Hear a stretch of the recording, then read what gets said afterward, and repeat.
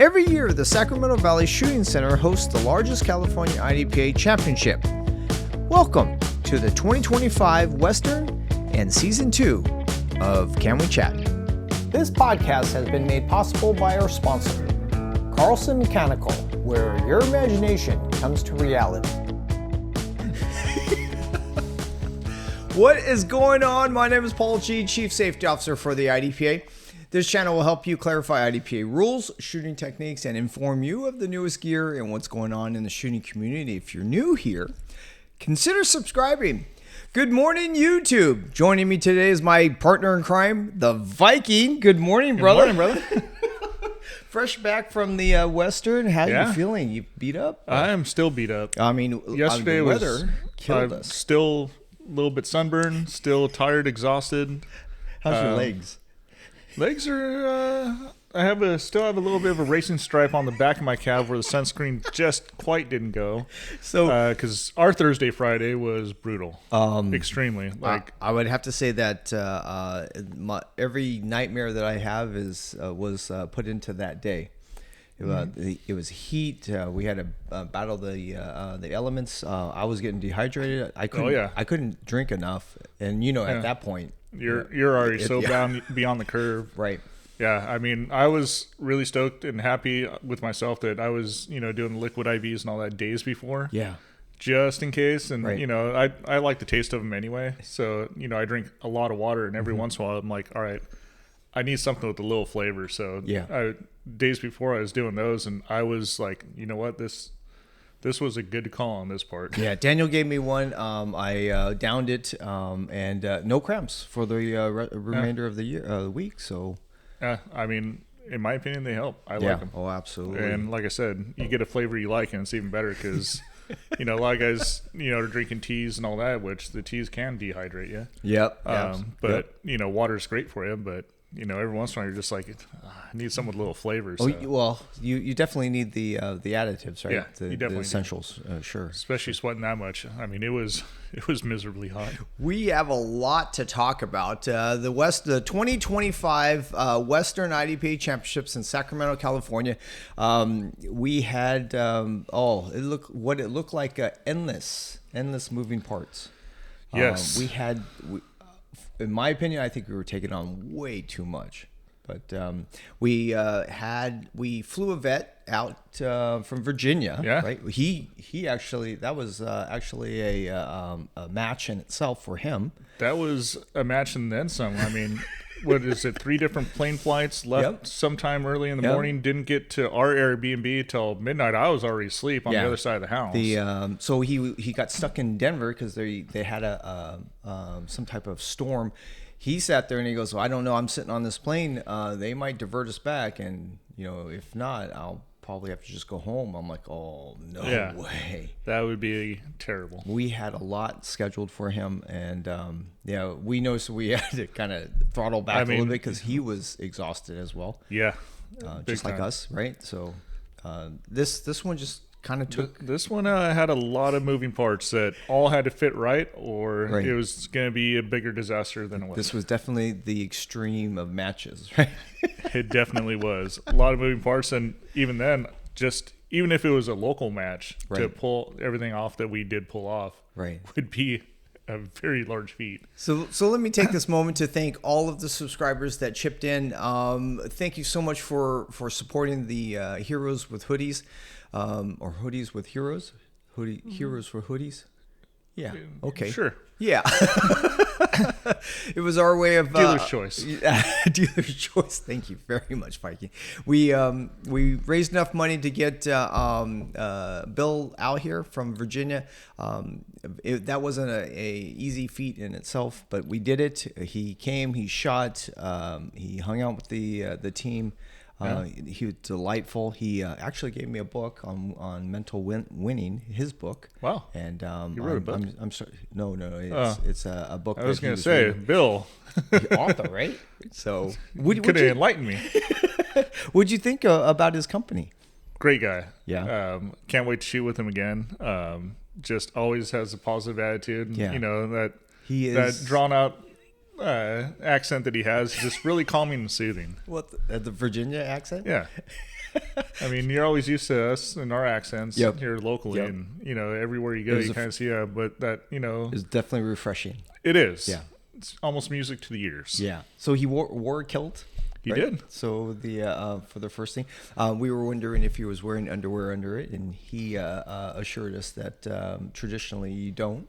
Yeah, it's the difference between a kilt and a kilt. Kilt, you don't wear underwear. So I said, I'll just take your word for it, and we'll just go on from there. Right? I mean, if you really wanted to find out, you could have. No. So the team stayed at an Airbnb. Did you guys go? They had a swimming pool there. You hung out there. They had a swimming pool. They had a jacuzzi. The swimming pool was basically like a cold plunge. Yeah. I was hot after the drive, so I jumped right in, and I was like, holy cow. But then after day one, after the match, I was definitely a little sore, so jumping in the jacuzzi was nice, but then it was like fire coming out of the jets. So I just jump into the pool, cool down for a little bit, and do that a couple times. So I don't know if it helped or hurt, but at the time it sounded great. So we both competed in ESP. We did. Expert division. You went out there, or classification, and we went out there, and we just went to war. I noticed a whole different Viking, and you were brutal.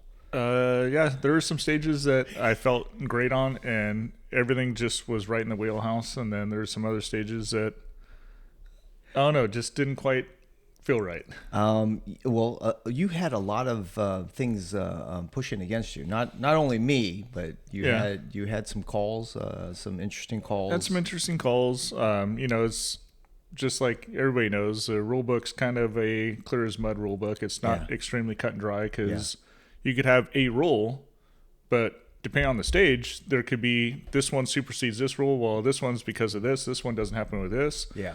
So with the rule book, as nice as it is to have rules, and so that way it sets a standard, so everyone's shooting within the same match and the same playbook. Yeah.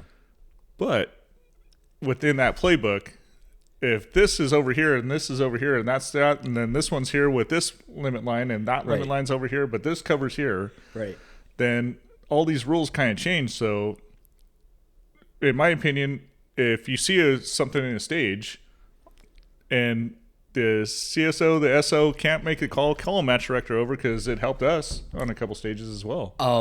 It was beyond the team, right? Yeah. So and it's funny, because even though we were shooting with the team, I would think that it would probably be in our best interest to not shoot with the team, because those guys were brutal. I mean, yeah, it definitely was. As much as I love shooting with the team, because I mean, even though we were comfortable, right? Yeah, it's comfortable, and like for us, even though we're shooting the same exact division, same everything. Yeah. You're like, hey, what do you think about this? I'm like, well, I think this makes the most sense. And you're like, yeah. So I mean, we're bouncing ideas off each other, even though we're literally shooting against each other. We're shooting with each other. Oh no! Rather than against. At that time, it was a disaster happening in front of us that you and I were in, and it had nothing to do with I was against you and you were against me. We started trying to survive from the match actually, right? I mean, halfway through the day, those stages were just horrible, right? I was like, oh my god, there are some brutal stages. I mean, for me, it started with a warm up. Okay, like having a mic. Because they had the non-threat and then just that little black strip. Yeah. And my round just did not quite get into that breaking the black perf. Yeah. How'd that make you feel? It's was very disheartening, because I thought for sure I had it, and I thought I did well. And as much as you try not to let things like that affect you, it sets the tone for the match. And that's one thing that I really need to work over is, even if you had a bad stage, even at the beginning, it's as hard as it is, you need to throw it out, because at that point in time, I was like, all right, my match is already over. I'm like, easier said than done, though. It is easier said than done. I mean, you prepared a long time for this. You had a lot of skin in the game, and you were definitely sensitive. Yeah, it was. I mean, that was kind of the trade-off. Was I thought for sure, like, oh, match is done. Going 5 down on for very first stage on a stage that, 5 on that is like, almost half of your time just wasted. So, at what point do you figure that you can get your head out of your ass and get back into the fight? After looking at the very next stage and trying to figure out a hero method. And after that, maybe the stage didn't go exactly the way I wanted, but I was like, you know what? We're here to have fun. And I think after that, that's when I started going through, and then, had little bouts of doing really well, and then other bouts where it's like, oh, I could have probably performed a little better on that one. I'm the time that I actually noticed, it was at least 3 stages. Yeah. You actually started to shoot the way you shoot probably the 3rd stage in, and I'm like, okay. And at that time, you were at a whole different level, and you came in strong. And then it started getting concerning because you're just killing me, right? I was like, oh man, I can't hold this off, right? And it was forcing me to shoot faster, and I was trying not to. I just wanted to get my hits, and I was just trying to stay even keel. But it was really rough for me. It was I just got my ass handed to me on the first day. It was just brutal. I didn't even know what to do with myself. I'm very curious, and I'm probably the subscribers probably want to know how you actually brought yourself from the bottom on the floor and got back on top of this and back into the fight. So, I mean, can you walk us through there? How you other than you thinking in just to have fun, or I mean, honestly, it like has to be. It for me, it is like we're all out there because we're out there to have fun. Yeah. I mean, you get your emotion in the game, and you are always trying to better yourself, no matter how great your match was. You could be the top dog in the world, right? And you're like, look back, and you're like, oh, you know what? I could have done this better. I could have done this. I could have done that, and I could have picked up my sights and transitioned, done this a little bit better. For me, after the first stage, it was going back to the roots and going, all right, well, if I really think this match is done, then why not go out, have fun, and try and make up for it? Right. So is that push of, all right, well, let's take a couple extra chances. Let's have fun doing this. Like, everybody loves shooting fast. Right. Do I think a couple stages I might have shot a little too fast and, maybe tagged a couple non-threats? Maybe not as bad as some people. But Scotty Meyer. So, that's another story in itself. Yeah, that was pretty hilarious. So, but yeah, I mean, even for him, like, that's going back and having fun, like trying to plan a stage where you're purposely trying to do something. He thought his match was over, which in his opinion it did, but instead of trying to go the other way and going, all right, well, I'm gonna try to absolutely kill every stage at this point in time. Right. He went back to the roots and had fun with it. Yeah. Like, how could I be the top assassin? Yeah. So I noticed the 4th stage. You actually came to me and we sat there and we started strategizing together. And, and then that's the way it went for the rest of the match. And I sat there and went, I don't think we've ever shot that well. As we got together, and I was like, wow, this is at a whole different level. I mean, you took me for a ride. I was like, oh, okay, so let's do it this way, right? There were certain things that I'm like, I don't think I'm capable of doing that. So I had to stick to my. And that's the other thing is, there's within certain stages you have, in my opinion, a well-built stage, a well-designed stage. Yeah. There's multiple ways of shooting it. Yes. So, you have your novice level shooters to your DMs that could shoot a stage, and they're not going to shoot it the same way. That's why I think a lot of stages that are set up to shoot a way, to me, is just very disheartening. Being able to shoot it multiple different ways, depending on your skill set and skill level, right, while still shooting the same stage, is what I think, in my opinion, is a well-designed stage. Yeah. Now, having options where you're like, hey, I think this is going to be the fastest way. And you're like, well, my skill set does not condone me to do that as well as that. Right. And being able to change your plan and your stage plan to shoot it differently because that's what you're comfortable with and that's what you excel at. Yeah. I mean, I think that's one of the big things with stages, in my opinion. Yeah, I mean, so your favorite stage was stage 9, right? Yeah, I love stage 9. So I mean, I've actually read that your time was pretty close to the top times, next to Nils, right? It was like a Nils speed. I mean, I think Nils dropped his magazine and went back to his car or something. I'd like to know exactly what Nils did on. I'd love to see the video. But yeah, that stage for me felt really good. Just as soon as I started shooting, I just kept moving, and for whatever reason, it just flowed with my style of shooting. So I was reviewing it, and I'm like, oh my gosh. I actually did the footage on that. Mm-hmm.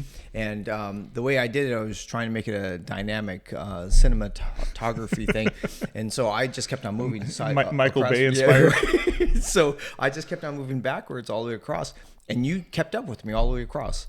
So I was like, oh my God, right? I would have to say that that's probably the most impressive thing I've ever seen. I can't tell from the Dream Team squad versus you.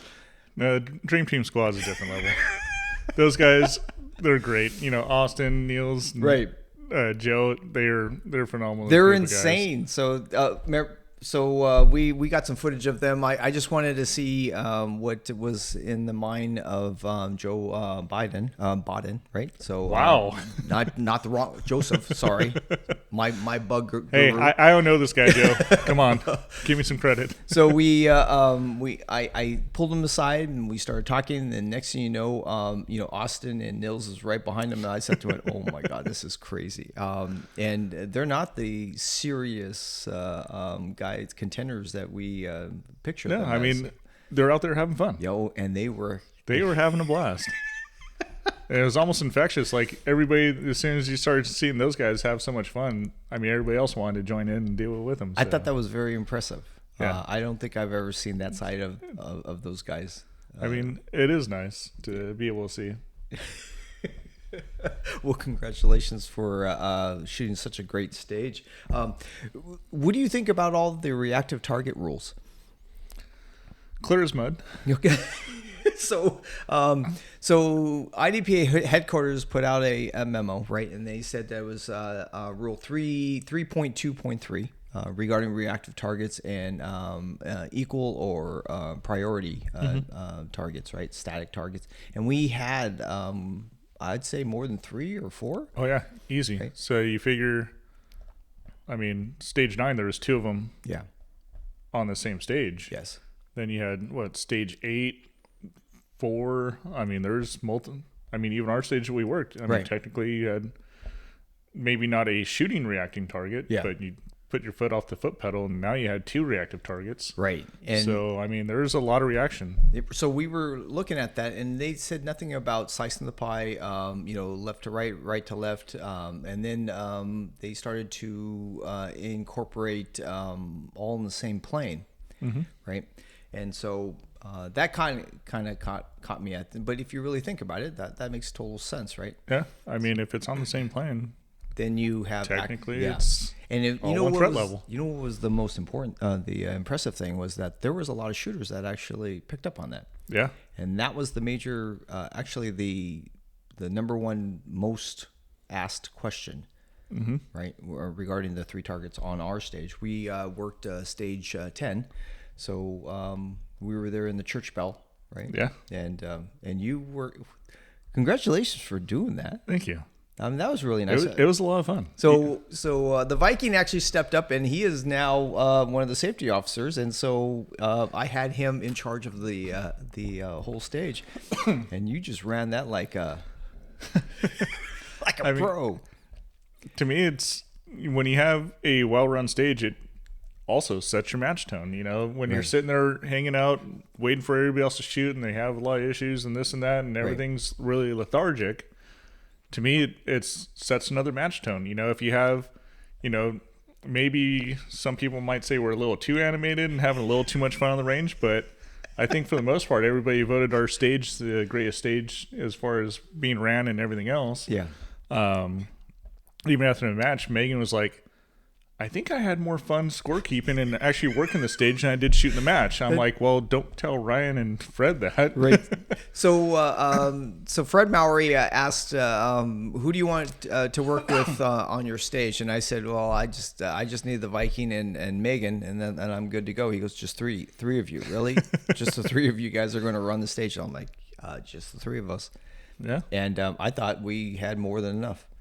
Oh, we had plenty. Like there was nothing. We all had the tasks that we did, and if the people shooting the squad helped out, great. Yeah. If not, as long as they were taping everything, yeah, it ran smooth. And I mean, everything just flowed to where there wasn't a shooter just sitting there waiting forever to shoot a stage. I mean, they're as busy as we were working the stage. So we planned ahead, and the Viking, Megan, and I, we sat there, and our goals were to make sure that the shooters shot, and they got the hell off of our base. Yeah, I mean, there were some times where, we were sitting there hanging out, waiting for the next squad to come through, and we're like, all right, well, are we done, or we got more people coming through to where? Which was good because they called us to help out other bays, right? Stages. So they had problems on the other side, and we went running over there. Which we knew that it was probably going to happen because that side of the match,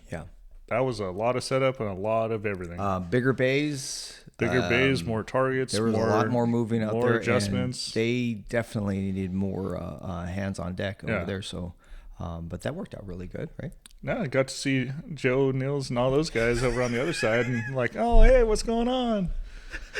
So I got to see them shoot a couple stages over there while working the stages, trying to help them and get pushed along. You can see we were starstruck. We just love those guys. Not only that we look up to them, we aspire to try to shoot like them, right? Well, on top of, they're just great people. Like, you're messing around with Niels because he just so happened I was sitting there before day one.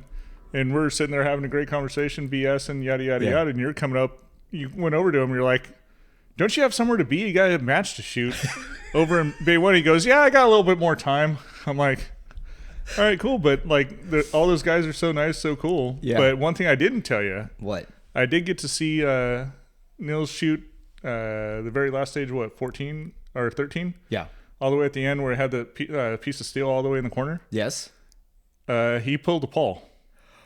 Where he just went the way around the corner. On the way around the corner, just he did. Shot a steel, knocked it over. Yeah, but he meant to do it. He probably did, but I think he was surprised as well because everybody in the squad just did the same thing we did. Yeah. So we went to go tape the targets. I'm like, hey, Austin. He goes, what's up? I'm like, Paul did that same thing yesterday. He goes, seriously? I'm like, yeah, he did. It surprised me so much that I actually almost stopped. Yeah. I was shocked too. I saw that. I was like, did that just happen? Yeah. But yeah, I mean, likelihood of anybody doing it would definitely be him. But for you to do it, I was like, whew. Wow. Hello. The squirrel acorn thing. Blind squirrel. Right. Yeah, that's totally that saying. That was to be able to see that twice in one match by two different individuals is I appreciate that. Thank you. Is insane. So what's your thoughts about people volunteering to be a safety officer? Honestly, I think it's very rewarding. What did you get out of it? I mean, I got to meet 200 different people. Okay. All right. So I would have to, I have to agree with you. That's, for me, I get to meet the match. Yeah. Right. And there are so many wonderful personalities out there, and just I love the Dream Team guys, but the common shooters, right? The guys that come out there and they're there to enjoy the thing just like us, right? Yeah. And you get to meet each and every one of them, and it is everybody's hilarious. so appreciative and so thankful. Like, I can't count how many times that people came up and shook your hand and like, thank you so much for doing this. If it wasn't for you, we wouldn't have this match. And it's just like, wow, something that doesn't take that much out of you. It's not, you already shot your match. Yeah. To step up and do a little extra work and, people actually coming up and appreciating that. Yeah. is very, very rewarding. On top of, getting to see other shooters, how they shoot it.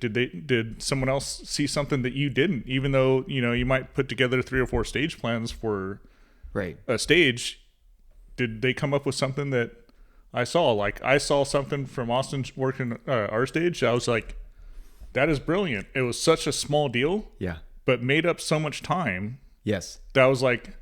So, you started on the left and went to the right. Yeah. As he was backing into his But what I noticed that was, like, mind-blowing for me was when you usually hit a fault line. Yep. I saw him hit the fault line, lose balance, step over. Yeah. And then instead of coming all the way back over and taking his left foot to the fault line, just lifted his left foot and just shot the target because he was still within balance enough to get the target. I was like, that is brilliant. Yeah. So, and when he goes into a shooting position, he's always squared. That's what I learned from he does like a coaching before or after. Well, this was before, and then he does always after the match. So he does a cool little workshop that he did, and we did that in Sheepdog. So, which hopefully he does it again. That'd be nice. I would love to do it and love to be able to spend more time picking his brain and so much for that. Absolutely. Yeah. You get to sit with him for the whole day, and you talk about anything, right? And which I did. No, I don't believe it. He sat there because you probably want to go sit down. I'm like, oh, okay, too much. I mean, as much as I would say I would love to do it after the match, yeah, I was done. Like, I'm still done. Like. Megan's like, "Oh, are you gonna shoot the next match, our local club match?" I'm like, "I don't know." Well, I haven't even signed up because I'm like, I don't know. Yeah, me too. As a matter of fact, I just got home with the trailer, right, and I was sitting there like, and I drove with Scotty and Alan and Tony and those guys, and those guys, they don't exactly drive slow. Right. It was just a caravan of RVs coming down the highway, and I was like, "Oh man, we're not pulling over." Usually, I think I usually stop like 3 or 4 times just to hang out. I know you like to stop every so often. We didn't stop, and thank God I have a 65-gallon tank, right? And I just made it all the way through, and I'm like, "Oh, we stopped one time for lunch and In-N-Out, so that's our thing now." Because I never had an In-N-Out burger before. Wait, what? Yeah, definitely not. Wait, hold on. You've lived in California your entire life. You've never had an In-N-Out burger. the 2 years ago, Scotty said, "Hey, I'll get you lunch." And I'm like, "Okay, great." Wait, hold on. You've lived in California your entire life. Yes. And until 2 years ago, yes, you've never had an In-N-Out burger. No. I don't even know this monster next to me anymore. I am mind blown. Like, you should be kicked out of California. I'm just, I don't. I thought it was just, too greasy, too salty, too gooey, too. I don't know this man. If you're in California, ever visited California, and you've had an In-N-Out burger, okay, that's blasphemous. I sat there. He came out with his bag and he goes, sits down. And I'm like, okay, great. And it was a cheeseburger. Yeah. What do you mean, yeah? A hamburger or Who does that? Who puts cheese on their hamburger? That's why it's called a hamburger. I don't know you anymore. I really don't. Oh my God. I am so disappointed in you. All right. Like, so anyway, so Scotty brings. I'm not mad. I see that. So Scotty brings this, and I'm like, okay. So what? He goes, just eat it. I'm like, all right. So I took a bite of this thing, and I just sat there and went. And then you hear harps and flutes and just opera, right? Yeah. I'm like, oh my God, what is this? Yeah. There's many, many people that literally come to California just to have In-N-Out and then turn around and come back. Or Vegas. I think there's Vegas now. And I was missing it. So I think it's Idaho. But yeah, I think it's Idaho. They have it. They put up an In-N-Out that I think there was like a 8-hour plus line just for a burger. I see why. I mean, I would never wait that long, even as much as I love In-N-Out. So this cheeseburger is just insane. Yeah. So now we go there and I get a regular one and a cheeseburger, and the cheeseburger is my dessert. I mean, it's a good enough dessert. Oh, I love that place. Oh, I'm going to get a shirt. Yeah. Make up for your lost time. Okay, here we go.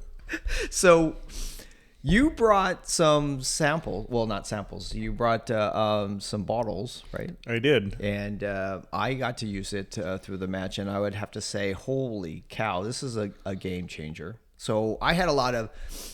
So my gun's a little older, right? Yeah. And there's, I would have to say that there's a whole lot of rounds down mine, and it was getting a little, a little vintage. And well used. I put this speed sauce on it, and it was almost like it was new. It filled in the gaps. It worked the way that it used to work, and it was a joy to shoot. Thank you very much for reviving my firearm. So this is a precision oil that you secretly had in your back pocket. Yeah, I mean, and you refused to let us know what it's made out of. Well, so I work on a lot of different guns, and throughout a lot of the years that I've been doing it, you try all kinds of different things, and nothing quite fit the bill of what I liked in any lube for the most part. Which is a lot of things that we do, right? Yeah. So, kind of playing around with as much mechanical stuff I've done through the years as far as work-wise and everything else. I kind of experimented for many years and, kind of started thinking, oh, let me try this, let me try that. And my brain always wandering, thinking, doing weird stuff. Kind of came up with it, and then some years ago, a lot of guys I was working with, they're like, clean their gun, lube it up, and everything else. Like, what is this stuff? I'm like, oh, I make it. They're like, well, why don't you sell it? I was like, oh, I just kind of something I do to, because I like whatnot. They're like, well, you should really sell it. And then I started having guys that are like, hey, could I buy some of your stuff? I'm like, at first, the first couple of guys, I was just like, give them a bottle. I'm like, here, whatever, like, take it. Oh. And then kept hearing it. And then all of a sudden I'm like, maybe I should just start bottling this stuff up and selling it. So here we are. Here we are now, and now it's up on the website. It has the labels and stickers all made up. And you had people at the I did, and I'm sorry everybody that actually came up to me and was asking about bottles. I had a minor mishap and just gave it all to Ryan because we had orders on the internet on the website to fulfill. Yeah, and that's kind of I gave them all the bottles to Ryan, and I should have just at least held back a handful or so to have with me, and I apologize, my bad. Maybe next match if I'll have some stashed aside just in case, but it's been very well so far. Congratulations, though. Thank you. I for one found that this is actually the real deal. It's not a gimmick. It's not like that. It's tested. Well, for me, it held my gun up. I'm still using it. And I have a couple matches underneath it, and I'm like, oh, this is it. I just have to clean it, right? Clean the gun. I mean, that's the other nice thing that I like about it is you could literally just wipe it all down with just some paper towels, and your gun is clean. There's no scrubbing or any of that other crap that kind of builds up all that carbon, just turns into concrete. I'll shoot a match like I still haven't cleaned my gun from the Western, which we probably put 200 plus rounds, 250 rounds through it. Yeah. And I could literally take a blue shop towel rag and pull the gun off, wipe it all down, then relube it, and it's good as new. Yeah. Is there a way we can get samples made, like a little envelopes or something? Do they do that? Do you know somebody who does that? I don't know. Maybe someone else could let us know how. Oh, that'd be great if you guys can chime in to help us get maybe samples done, and we'll definitely distribute that every time we go to a match, right? Yeah, that'd be nice. Yeah, that'd be nice. We'll just try to. I mean, gotta figure out how to get little samples and little baggies. Otherwise, I mean, they're in the bottle, and it's either that or we can steal some baggies from some street pharmacists, and Okay, now we're getting into something crazy. So we have the Sheepdog coming up in December 6th and 7th. Signups are now open. They are taking everybody better jump on. You're already in there as staff. So, by the way, you're staff again. Oh, thanks. At least I got more than a couple weeks set up. So you'll be, we're going to be asking you to shoot a CCP gun. You okay with that? I mean, I've done it once before. I know you have, and you do that very well. Actually, there's so everybody who shoots a CCP gun will be here at this match. So the funny thing is that they were sending masters like six, 7 deep. Wow. Right. So, but everybody in your division, right? They're all shooting the same gun. And they're all at, either, expert or masters or something. So, everybody who shoots, CCP gun well will be there. Yeah. So, and last year was no different. That's kind of exciting. Never done a match like that. It's refreshing, right? You don't have to worry about all the other stuff. Everybody's shooting the small guns just like you. And they had targets that were out there past 30 yards, and you're sitting there like, seriously? So it's not like, looking down the match scores and going, oh, who's above me? Oh, carry optics, PCC, PCC, carry optics. None of that. It's all CCP. Yep, and it's one of those things, right? So, so tighten your seatbelt because this is actually really excited because not only just for that reason, but I've never traveled like that to where I got on a plane to shoot a match. Okay, well, so I know you enjoy the Airbnb stuff with the team. Yeah, I really do. So think of this as like that on steroids. Ooh. So you have to get on a plane. We go to a different state, right? We hang out with different people, and the North Carolina people are just a joy to be with. There's just so comforting, right? And then Florida, so they're all right there. I would have to say that some of my best friends are within those regions, and I get to shoot with them, once or twice a year, and it's very fulfilling. So. I'm excited to go back. I really am. I think it's going to be a great experience. I think it would be definitely a great experience. Definitely a new one. But yeah, I'm really looking forward to that one. Like I said, I'd love to shoot a match in every state by the time I'm old and crustier than I am. Crustier. But that would be kind of cool to be able to say that. I know we've talked about it once. You've shot how many different states? I did that all in 1 year actually. It was funny because every time I look up, Fred Johnson from our thing there he is, right? And we were like, this was all the way out in Florida, right? And I'm like, what the hell are you doing here, right? I'm on my back with my gun, and he's on the stage looking down at me, and I'm like, oh, hey, Fred. Someone I know, right? You're the only two guys from California. A lot of people are like, where are you from? You're like, you're coming a long ways, right? I would have to say that aside from you getting to SO for the first time, that is definitely so the first big fun. match, it was fun. It was a lot of fun. Again. So where do you go from here? You got some time off, so you can. Got some time off. Still going to shoot ESP or? I don't know. I'm still debating it. I mean, obviously we got sheepdog, so need to start swapping over for that. Yeah. But there's some other stuff I haven't shot. Yeah. I haven't shot carry optics. Kind of played around with it. Haven't done that. Haven't shot PCC. Yeah. Got a revolver, and I don't even have a load for it. Have all the gear. Have everything I need. So been kind of kicking around the idea of in between, prepping for sheepdog and getting back in the CCP game.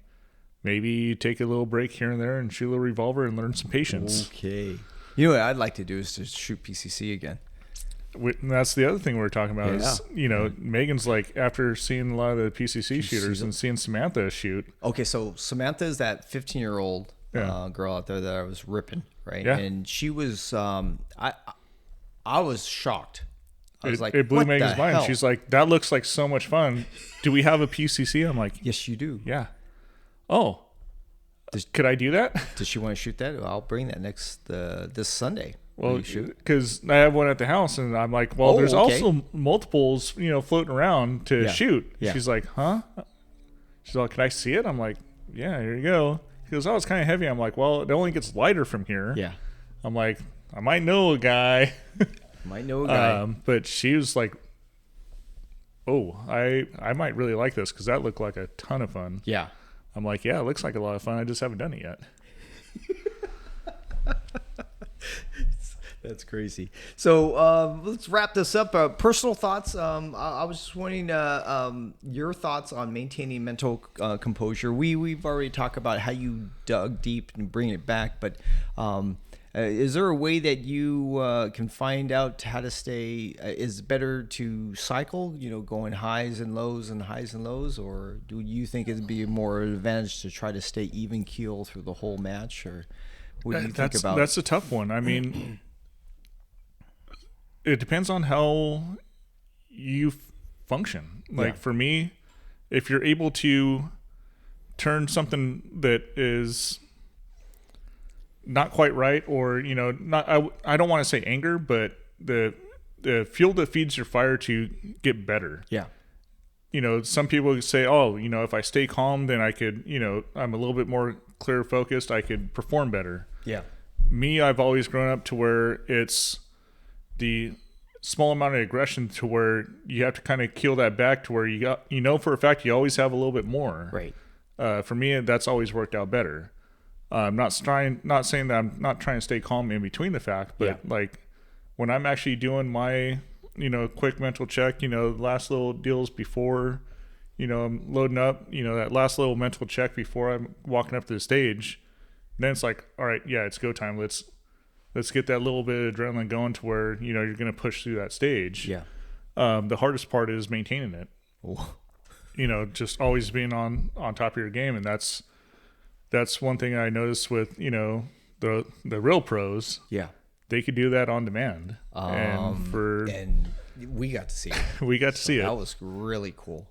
So for me, it's, the mental game of, I started reading, some little excerpts of books. One of the guys that I work with has like this books of like, theories, thoughts, and all that, and, picked up a couple little stories.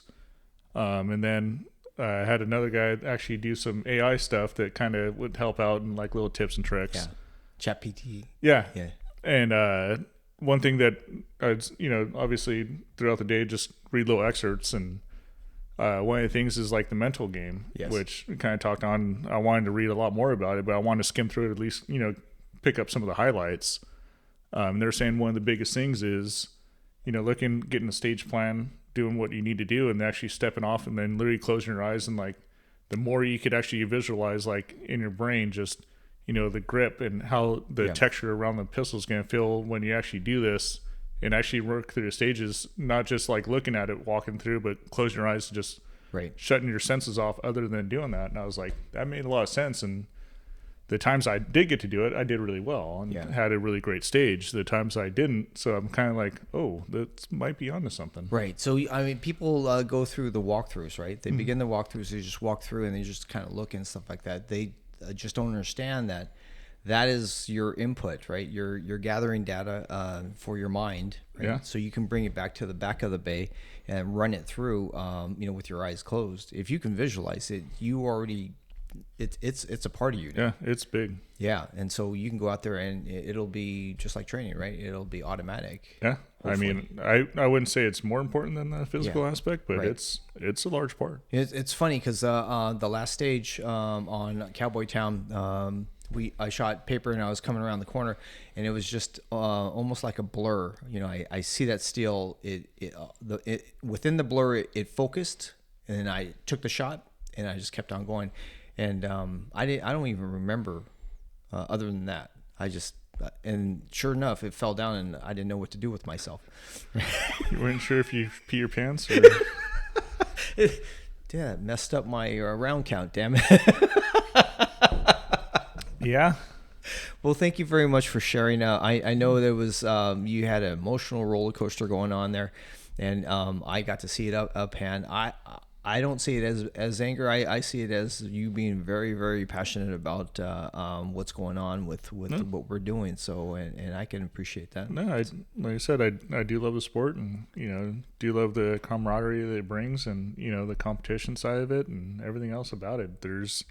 my opinion, there's something for everybody that, you know, goes out and shoots matches, whether it be, you know, the people that are around you, the people that are supporting you, the competitors that are, you know, trying to compete with you. I mean, every aspect of it is just great for me. Well, congratulations on your success. Thank you. Well deserved. Well deserved. Well, there you go. The 2025 Western Championship, IDPA championships are now in the book. We're waiting for next year. You gotta wait for this. So upcoming is where were you going for this? So what other championships or RMR's coming up in a couple or 3 weeks? We were a little late. 2 weeks. I think we should probably really consider planning on doing that because it's. I've never shot it, so maybe it's something. So you know, it's 2 tier 4s put together, right? One Saturday, one Sunday. I didn't. Yeah. Ooh. You got to man up to do that. That's a lot of shooting. Well, I mean, hopefully, you know, the hard part is traveling back-to-back matches. Yeah. You know, we've always done the Western as far as I can remember. I think it's like my 6th or something. Mm-hmm. So it's hard to step away from that to go to another match when, you know, baby something steps. you always done. Baby steps. If there's enough gap in between, yeah, I mean, I would definitely do it. I'd love to do it. Yeah. I mean, I'd love to do both, but that's a lot back-to-back, you know, when trying to maintain everything I got going on outside of shooting. We'll definitely plan better in the future then. Okay. Well, a special shout out to our channel membership. This is your support, busy at work. Please consider being a part of our shooting community, building relationships around safe gun practice and IDPA competition. My name is Paul G, and this is Anthony the Viking Vega. Please be safe, and we shall see you on the range. Like, share, subscribe. Oh, a little cardboard cutout of Joe. You know, you're just starstruck, is what it is. You just want to be around. When someone's that nice and that good of a guy and, you know, could shoot like, well, like, how could you not? I see them all the time. I don't get to. You're just, I'm not Paul G. You should see your eyes. They were like those puppy dog eyes, teardrops. You're just, oh my God.